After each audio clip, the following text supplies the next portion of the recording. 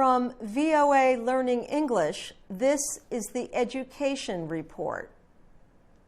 Making presentations to others is often a big part of formal learning. But things other than the words we say can affect our message. Some call this physical message, body language. Charles LeBeau is a professor of public speaking. LeBeau tells VOA that body language includes posture, eye contact, and gestures, how you move your hands or arms. He says presentations are especially difficult for people learning English, as they must deal with grammar and natural nervousness. One effect of being nervous is moving from side to side. A presenter does not need to stand perfectly still, but how a speaker moves is important. Whole body movement should be slow and planned. Public speakers should look at the audience as they talk, but they often look at their notes or at the screen if they have an electronic presentation. LeBeau says making eye contact can be very difficult. He says the best way to avoid this problem is to use images and few words for notes instead of whole sentences. The image should help communicate the point you want to make. Writing a few words with the image on your slide helps you remember that point. Then you can look at the audience. Other experts advise moving your body to a different place for each idea. Stay in place until you finish making that point. Then move to the next place on the stage. LeBeau says a good way to change your body language is to make a video of yourself. This helps you to become aware of what you need to change. For VOA Learning English, I'm Ann Ball.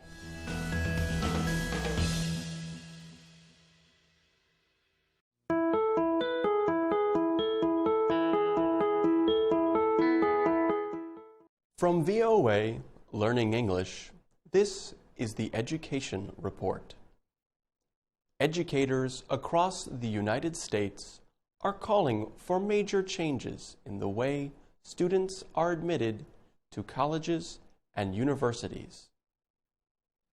The Harvard School of Graduate Education and 80 other groups released a new report called Turning the Tide. It suggests that colleges ask for more information about a student in the admissions process. For example, the report suggests colleges look at a student's record of responsibility for others and their communities. In addition, the researchers say the chance of educational success should be available to everyone. David Hawkins is with the National Association for College Admissions Counseling. He says that most colleges require examples of writing with applications. But, he says, colleges consider test results and educational records more important. The report says this is good for some students, but hurts others. Students who can pay for private tutoring will have an advantage. The Harvard report says there should be less importance on educational test results. Colleges should look for examples of students working in their communities for long periods of time, the report says. David Hawkins says that educational records are still the best indicator of how students will perform in college. He also says that many colleges and universities agree with the Harvard report. But he says they still may not make changes. For VOA Learning English, I'm Peter Musto.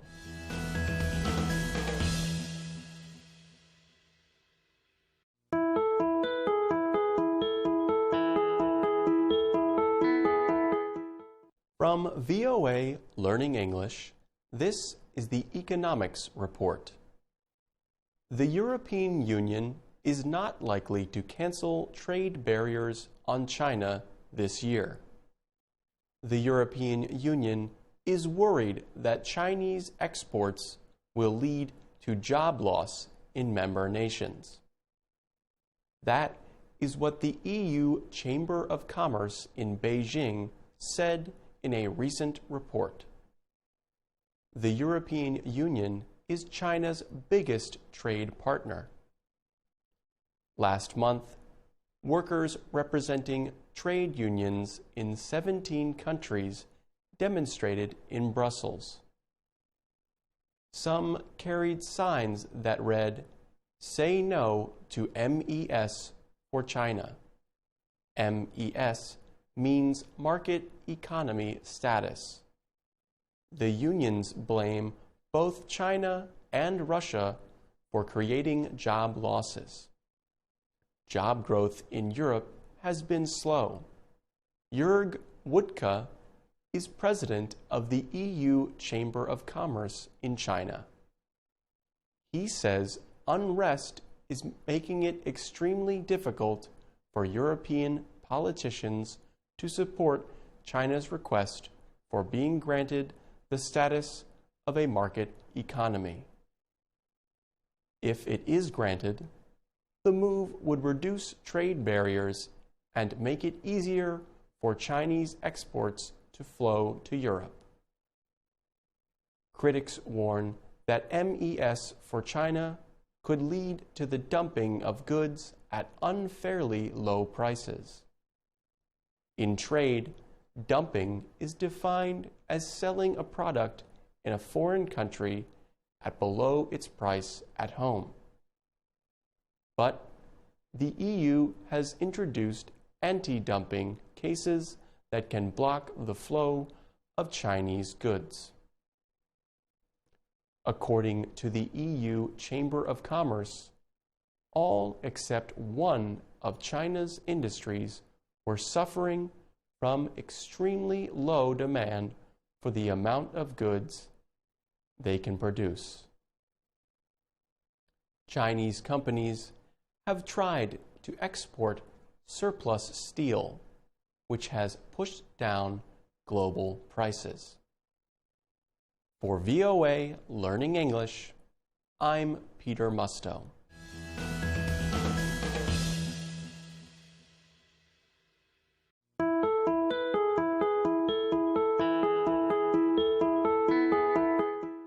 From VOA Learning English, this is the Health Report. Few people would disagree that email makes our lives easier, but misusing email can cause problems. Answering all those emails and processing all that information can overload the brain, causing stress. That is the finding of the company Future Work Center. The London-based business carries out psychological research on workplace life. Richard McKinnon was the lead writer of a report on messaging habits. He said, email can be a valuable, time-saving communication tool. But he said it can also be a source of stress and even anger for many people. He said stress does not come from the number of emails received. The problems are linked instead to how people deal with email. The study found two very stressful email behaviors. One is to leave email on all day and never sign off. The other is to read and answer emails early in the morning and late at night. Not all jobs are equal in connection to email stress.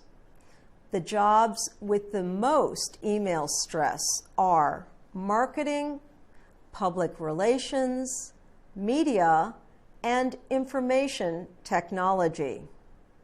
There are ways to cut down on email stress. Plan your use of email. Do not immediately react to email alerts. Use an automatic out-of-office reply more often. Use the telephone more to communicate. Even better, talk to people face-to-face when you can. Restrict use of the Reply All tool on email.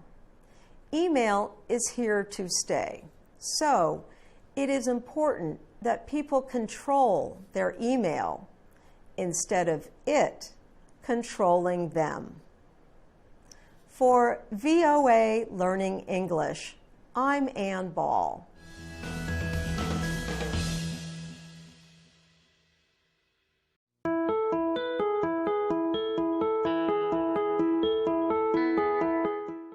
From VOA Learning English, this is the Economics Report. Social entrepreneurs are people who create startup companies that would help fields such as the environment, healthcare, or agriculture. These entrepreneurs use new ways of doing things to try to solve important economic and social problems. Their companies can be for-profit or nonprofit organizations. Funding for social entrepreneurs is increasing. Money is coming from foundations, institutional investors, and individuals. Kiplinger is a personal finance publication in Washington, D.C. It reported that the amount of money going into socially responsible investing almost doubled from 2012 to 2014 to more than $6 trillion. The Schwab Foundation for Social Entrepreneurship in Geneva, Switzerland, is a foundation that helps social entrepreneurs around the world. Each year, the foundation works with the World Economic Forum to search for outstanding social innovators with business models that are proven to drive social and environmental change. Like all entrepreneurs, social entrepreneurs reinvest their profits in the enterprise to expand it. Kristen Gruss Richmond is the co-founder of Revolution Foods. Her company in Oakland, California, provides fresh food for families and schools. It is active in 11 states and Washington, D.C. Richmond said social entrepreneurs are driven by their values. And she gives this advice: align yourself with a team, a board, and investors who believe in your mission. For VOA Learning English, I'm Ann Ball.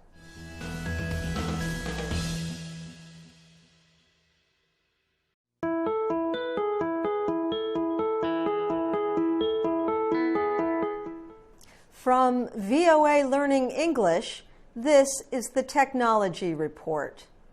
A new phone app senses vibrations and alerts people to earthquakes. The phone app recognizes sudden shaking of the Earth's surface through sensors in smartphones.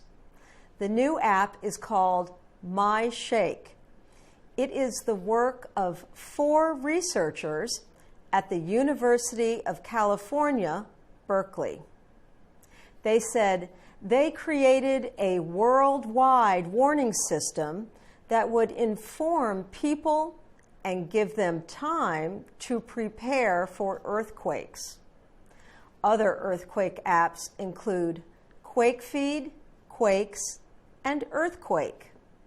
They show where earthquakes have happened, their strength, and any aftershocks. The apps use information from the U.S. Geological Survey. The My Shake app is available only for Android phones.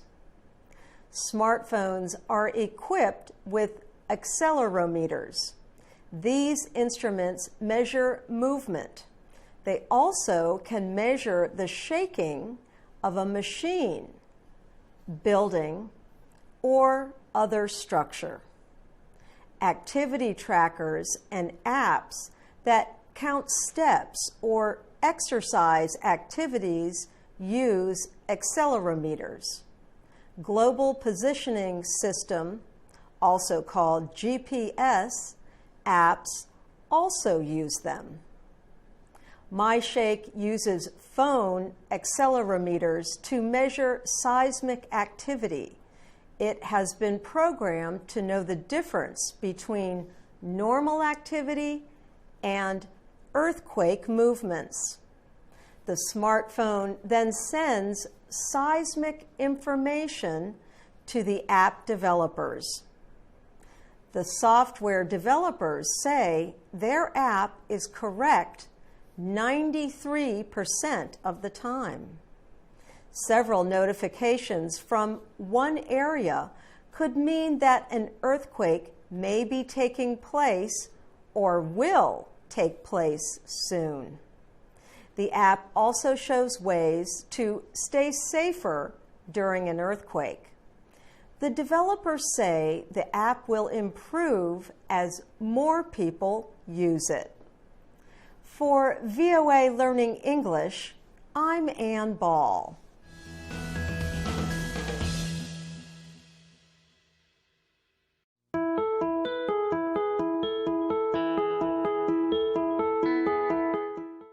From VOA Learning English, this is the Science Report. There will be more plastic than fish in the world's oceans by 2050 unless something is done.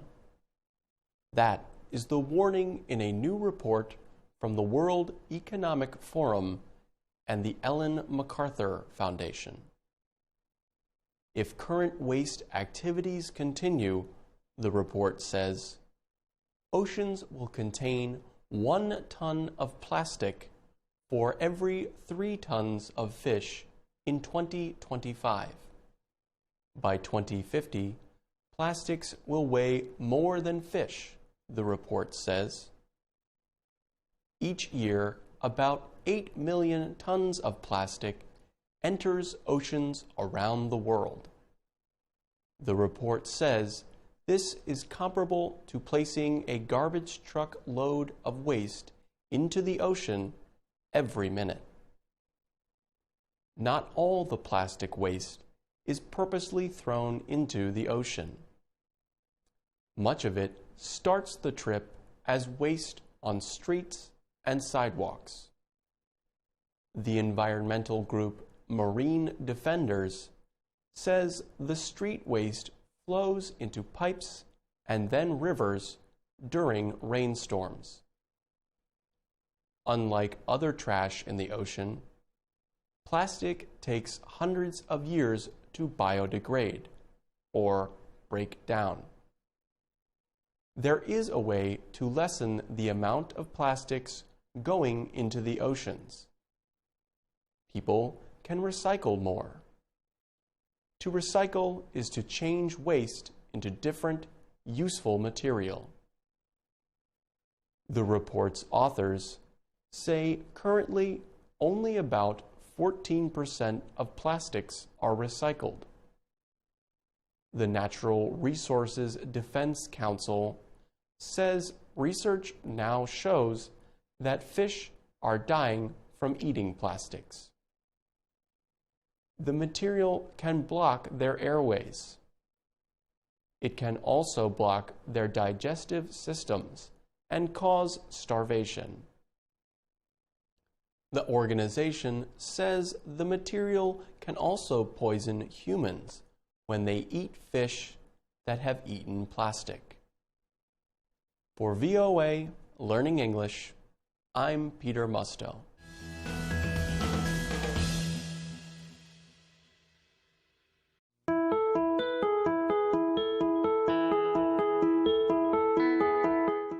From VOA Learning English, this is the Science Report. Recent studies show extreme rises in worldwide sea level and Arctic temperatures. The Proceedings of the National Academy of Sciences recently released the sea level study. It shows sea levels rose faster in the 20th century than in any of the 27 centuries before. The researchers say that from 1900 to 2000, sea levels rose 14 centimeters. Robert Kopp of Rutgers University in New Jersey is the lead author. He called the 20th century sea level rise extraordinary. And Kopp said, the rise over the last 2 decades has been even faster. The study shows that without a warming Earth, sea levels would have dropped by 3 centimeters and risen by 7. Co-author Stefan Rahmstorf is a professor of ocean physics at the Potsdam Institute for Climate Impact Research in Germany. He says sea levels will continue to go up. How much and how long? The research shows levels could rise more than a meter by the year 2100. Scientists from NASA and the National Oceanic and Atmospheric Administration did the Arctic temperatures study. It found that temperatures at the North Pole hit record highs in January. This news comes after scientists said 2015 was the hottest year ever recorded. The scientists also have noted a huge area of unusually warm water in the northern Pacific Ocean. They say it keeps air temperature about 3 degrees warmer than usual in that area. For VOA Learning English, I'm Ann Ball.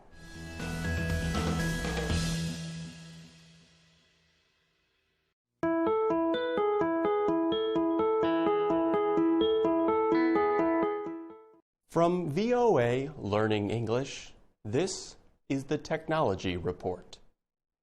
A new study shows a link between sleeping problems and young adults who use social media. Researchers at the University of Pittsburgh's School of Medicine did the study. Jessica Levinson led the team. The researchers questioned 1,800 adults from 19 to 32 years old.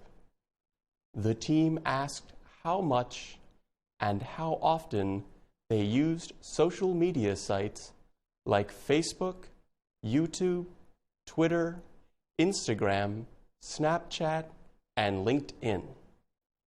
On average, members of the study group used social media sites 61 minutes a day. They also visited social media accounts 30 times a week, on average. 30% of those in the study reported having serious problems with sleeping. The people who made the most individual visits to social media were 3 times more likely to have sleep problems. Those who spent the most time on social media were 2 times as likely to have difficulty sleeping. Levinson says the more visits to social media sites the young adults had, the greater their chance of having problems with sleeping. So, rather than overall time spent on social media, repeated visits might be more harmful to sleep. Brian Primack is the Assistant Vice Chancellor for Health and Society of the Medical School's Health Sciences Department. He says more study is needed to learn if social media use increases sleep problems or if sleep problems increase social media use. The study was published in the online journal Preventative Medicine. For VOA Learning English, I'm Peter Musto.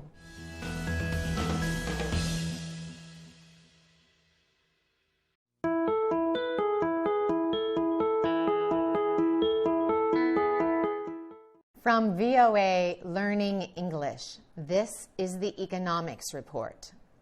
China is the world's second biggest economy, but recent reports show its economy is weakening. The numbers show the country's factory production is at its lowest level in 4 years. The official Purchasing Managers' Index, or PMI, marks activity in factories. The manufacturing PMI in China is reported by Market Economics.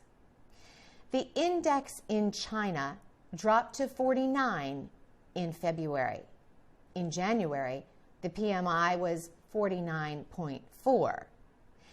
Any reading of the PMI below 50 signals contraction or an economic decrease.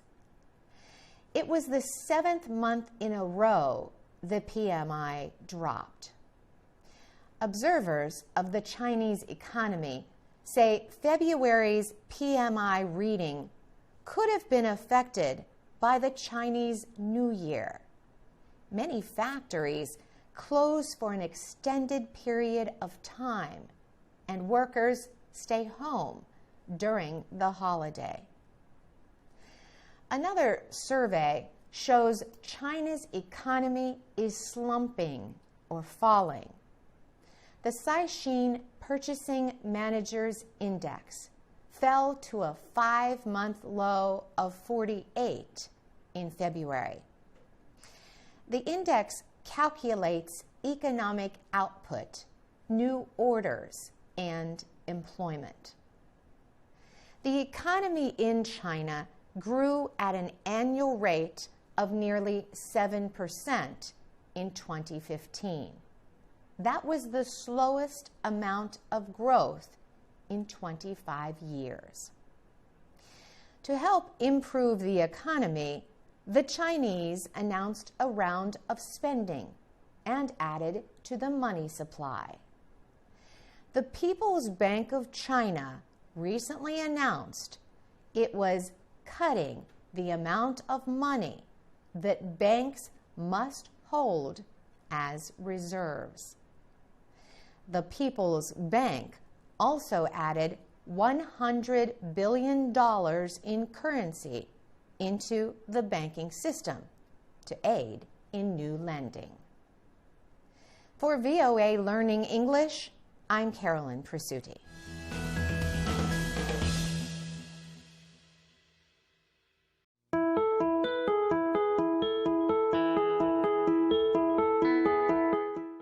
For VOA Learning English, this is the Economics Report. Hollywood knows that China is the second largest movie market in the world. It will soon become the largest. Last year, movie ticket sales in China added up to $6.6 billion. So the American movie industry has developed ways to play a larger part in making and marketing films in China. American filmmakers are appealing to Chinese movie fans with more Chinese plots and characters. The movie Kung Fu Panda 3 is an example. The opening date for the animated movie was carefully chosen to get a lot of people into theaters. It was the Chinese New Year. Kung Fu Panda 3 earned more than $100 million in ticket sales on that day in China. The movie also broke with Chinese tradition. Most foreign films are not permitted in Chinese theaters during the New Year celebration. But Kung Fu Panda 3 was permitted because it has a Chinese partner, Oriental DreamWorks, based in Shanghai. For the United States, DreamWorks produced 2 language versions of the movie, one in Mandarin and one in English. Another movie with a Chinese plot will get attention later this year. The Great Wall will feature Hollywood's Matt Damon and Hong Kong's Andy Lau as lead actors. The English language film will also have a Chinese director. Paul Dergarabedian is a top expert at Rentrac, an international media researcher. He says many movie studios would like to partner with China because it is an important movie market. For VOA Learning English, I'm Carolyn Presutti.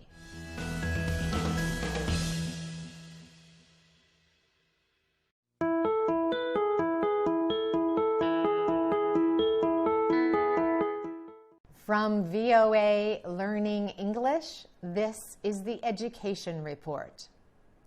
When American music star Kanye West has something to say, people seem to listen. Last month, West commented on Twitter about the cost of university textbooks. He tweeted that the prices must be lowered. A U.S. Bureau of Labor Statistics report shows that from 1977 to mid-2015, the cost of university textbooks increased at 3 times the rate of normal inflation. Within a few hours of Kanye West's tweet, Tidewater Community College in Hampton Roads, Virginia, answered. "We got you," the school tweeted back. "The nation's first textbook-free degree."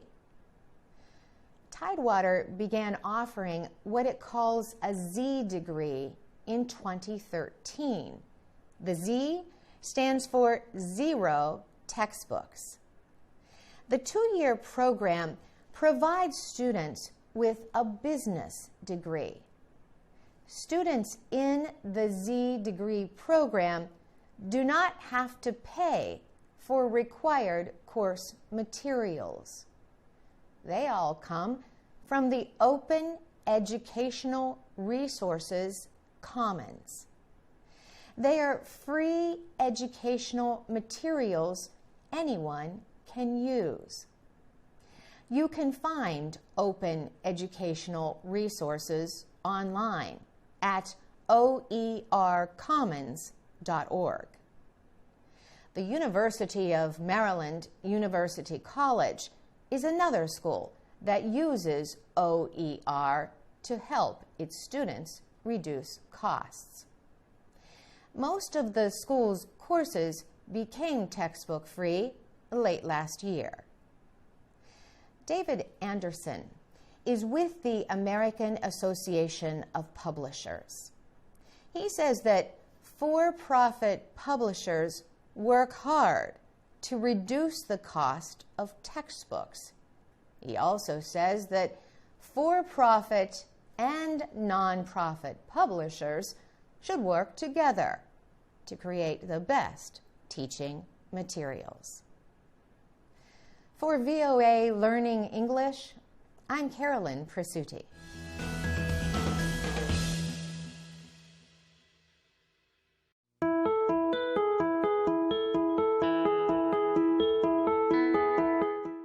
From VOA Learning English, this is the Education Report.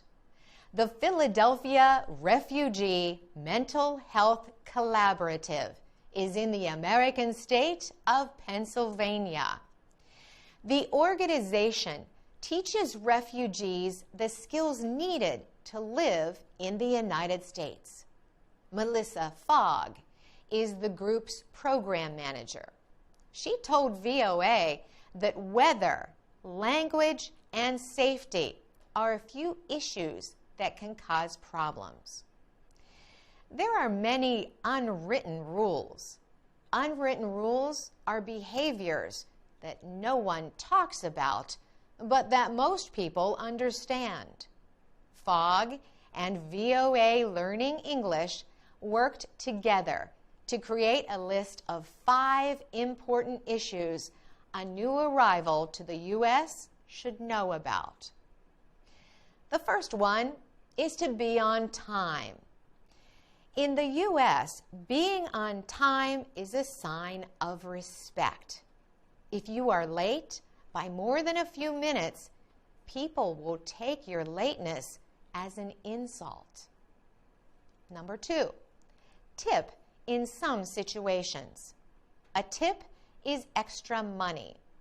You should tip restaurant servers, taxi drivers, people who cut hair, and some hotel workers. A tip is between 15 and 20% of the value of the service. Number 3, be careful what you say. It is best to listen to people share their opinions first and then decide about sharing your own.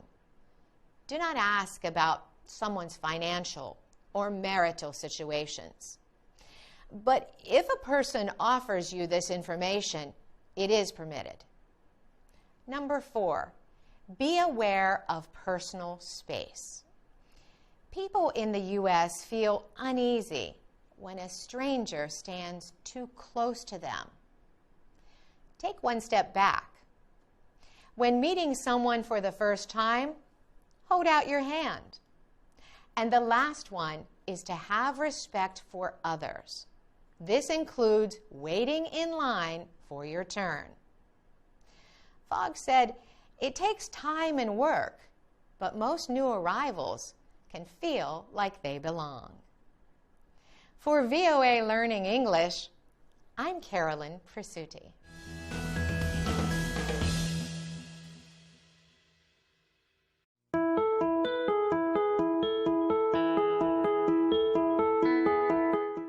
From VOA Learning English, this is the Health Report. Simple bandages are easy to use. They cover and protect wounds, giving them time to heal. Now, scientists say they are developing new kinds of bandages. They have begun adding small sensors to bandages, making them more sensitive. This is the technology used in popular wearable devices, such as smart watches and fitness trackers. Scientists are also making new materials called hydrogels. Hydrogels are similar to human skin. Researchers at the Massachusetts Institute of Technology have found a way to combine these two technologies. They created a stretchy material that is similar to human tissue. The new product has wires that lie in a Z-shaped design. The wires connect to the electronic sensors and stretch easily without breaking contact to the sensors. Zhenhe Zhao teaches mechanical engineering at MIT. He says the resulting product becomes a type of smart wound dressing. It can react to changes in the skin around it. For example, Zhao says if there is a sudden increase in temperature, a command will be sent. That command can control the delivery of a drug to a special location. LED lights in the bandage could warn patients and doctors about changes in the wound. Medication can quickly spread across the bandage through tiny passages. Researchers say the new material can be used both on the skin and inside the body. But it will be some time before these smart bandages reach the hospital or drugstores. For VOA Learning English, I'm Carolyn Presutti.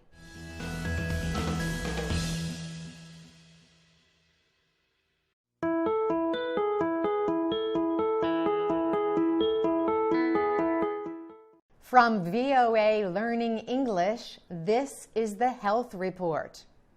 Researchers say they have identified a gene that can predict if you will have gray hair.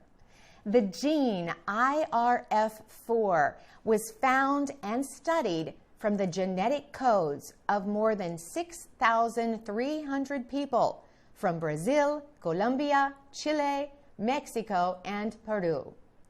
The group included people of mixed European, Native American, and African ancestries. The IRF4 gene controls melanin production, which is responsible for the color of hair, skin, and eyes. Andres Ruiz Linares is a professor of human genetics at University College, London. He is the paper's lead author. He and his team identified a special gene found in about 15% of people with European ancestry. The people who carry this gene are more likely to have early gray hair. The researchers found that Native Americans do not carry this gene. The researchers say that gray hair is not influenced just by genetics. Stress or a terrible event can also contribute to a gray head of hair. The researchers say this study could be helpful to developers of hair care products. It could lead to treatments that may prevent or reverse the process that turns hair gray. The study also identified genes for other hair qualities. These included curly hair, beard, and eyebrow thickness. Ruiz Linares says linking genes to hair qualities is important.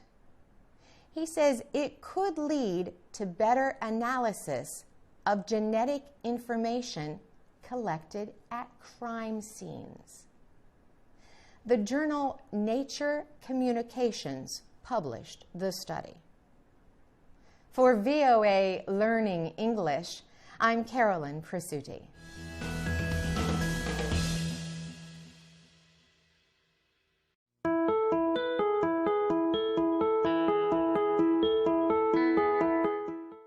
From VOA Learning English, this is the Health Report. Dying of a broken heart sounds like the ending of a sad love story, but it actually happens. The broken heart syndrome usually affects people who have received very bad news. Broken heart syndrome is officially called Takasobo syndrome, or TTS. It involves the sudden weakening of heart muscles. The signs of TTS are chest pain and shortness of breath.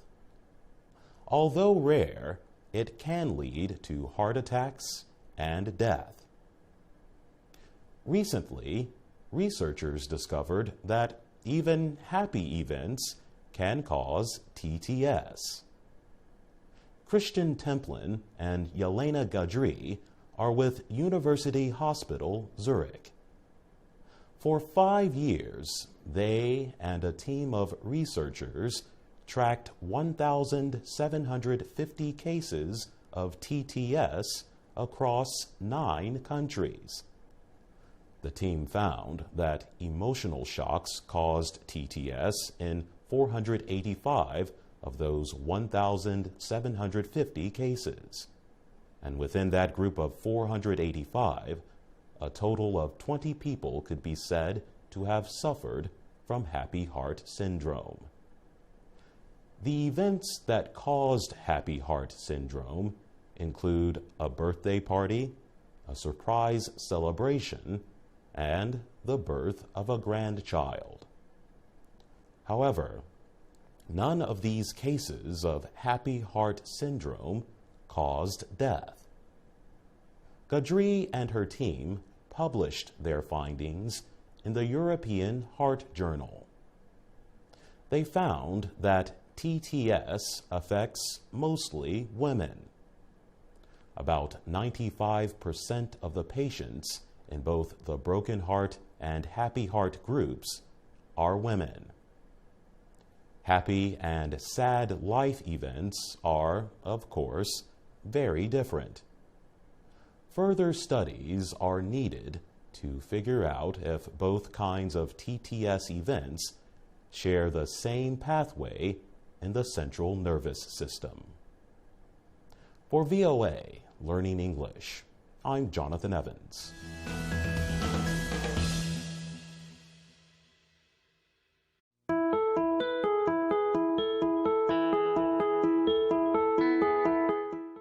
From VOA Learning English, this is the Science Report. February 2016 is the warmest February on record, according to data released by NASA.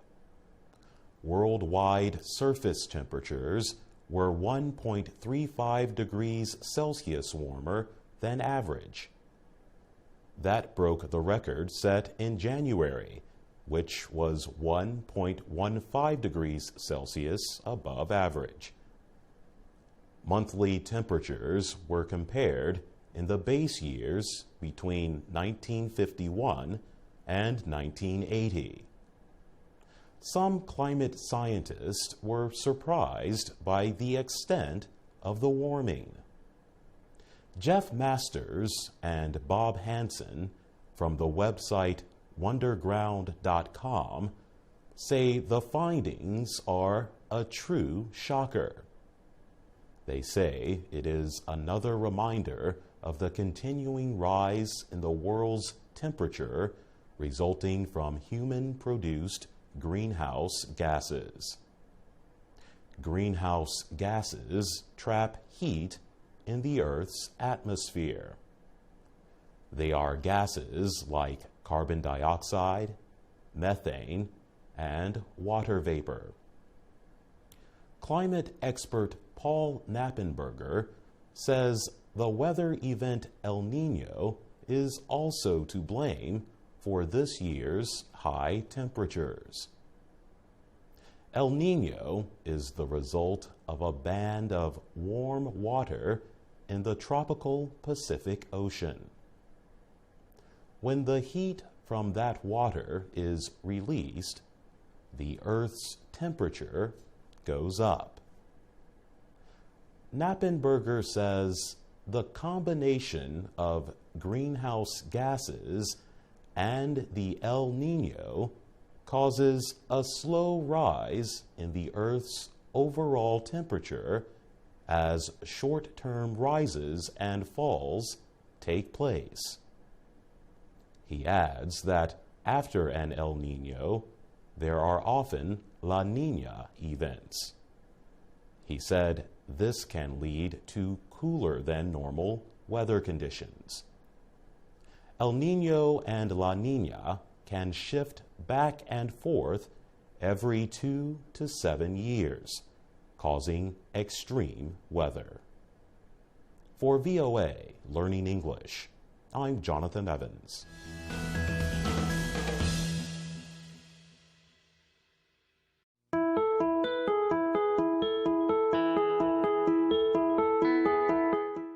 From VOA Learning English, this is the Science Report. Scott Kelly and Mikhail Kornienko have their feet on the ground after almost a year in space. The two landed in Kazakhstan March 2nd on a Russian spaceship. Kelly and Kornienko spent 340 days in space. They lived on the International Space Station, or ISS, for longer than anyone else. Now, Kelly also holds the record for the longest time an American has spent in space, 520 days. After landing, the two men were put in special chairs until they got used to Earth's gravity. Kelly spoke about the difficulties of living on the ISS for a year. He says it was a severe environment with only a small personal space. He says the toughest part for him was being away from loved ones. Kelly and Kornienko performed scientific experiments on the ISS, including growing flowers and vegetables. NASA hopes the studies will help guide its Journey to Mars program. It will take astronauts about 500 days to travel to Mars and back. During that time, they will need to grow their own food and share small spaces for many months. Scott Kelly is also part of a twin study. He has an identical twin brother. Mark Kelly is a former astronaut. During the past year, NASA has been testing the brothers. NASA researchers are studying how time in space changes the way a body ages. NASA will take what it learns from these men and use the information to help new astronauts. The United States Space Agency hopes to send humans to Mars in the 2030s. For VOA Learning English, I'm Carolyn Presutti.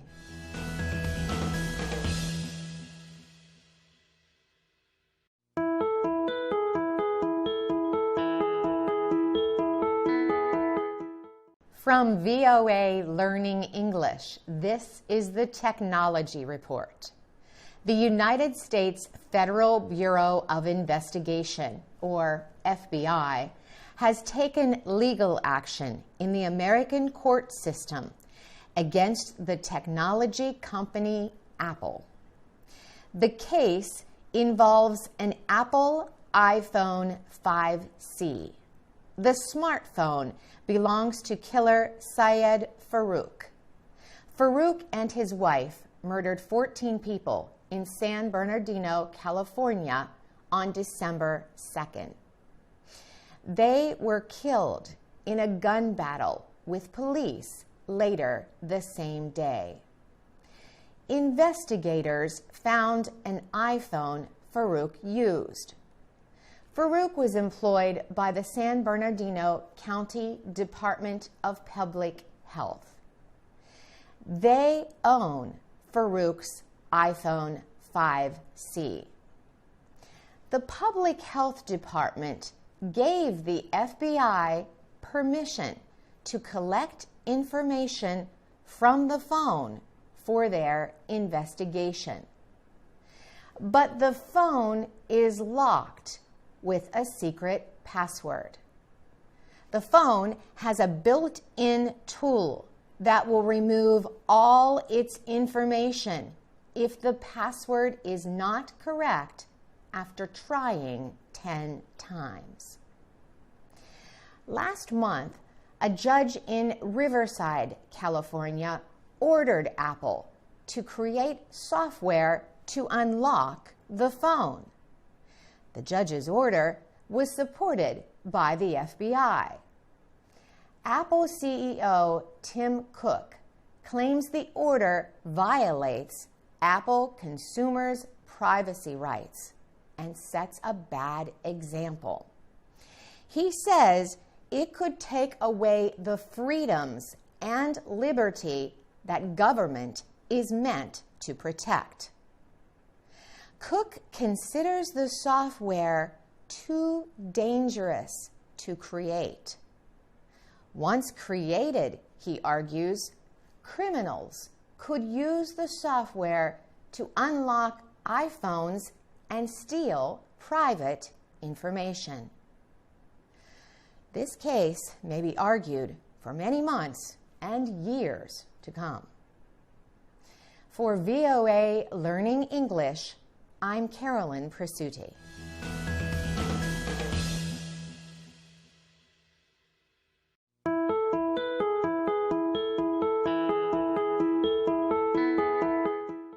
From VOA Learning English, this is the Technology Report. Prime Minister Hun Sen of the Cambodian People's Party joined the online social media site Facebook 3 months ago. Recently, he announced he had 3 million likes on his Facebook page. Now, Cambodia's ruling party spokesman has dismissed a report that the Prime Minister unfairly increased his number of Facebook likes. Hun Sen appears to have overtaken opposition leader Sam Raisy's 2.2 million likes. Rangsy, head of the Cambodian National Rescue Party, has been on Facebook for at least 5 years. A report released by the Phnom Penh Post newspaper said that only about 20% of Hun Sen's likes were Cambodia-based users. Many of the likes came from people outside the country. The report raised the question that the Prime Minister might have been buying his support on the site.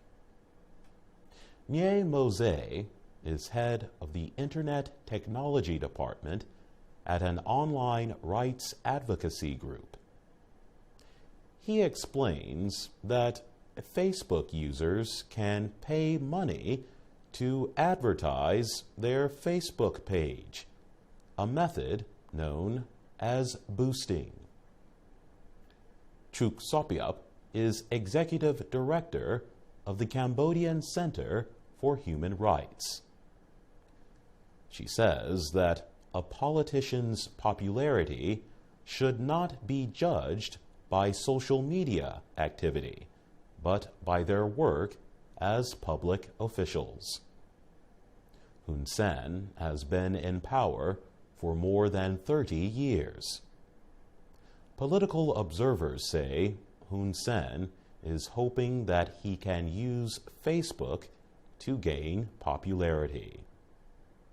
Important local and national elections will be held in Cambodia in 2017 and 2018. For VOA Learning English, I'm Jonathan Evans.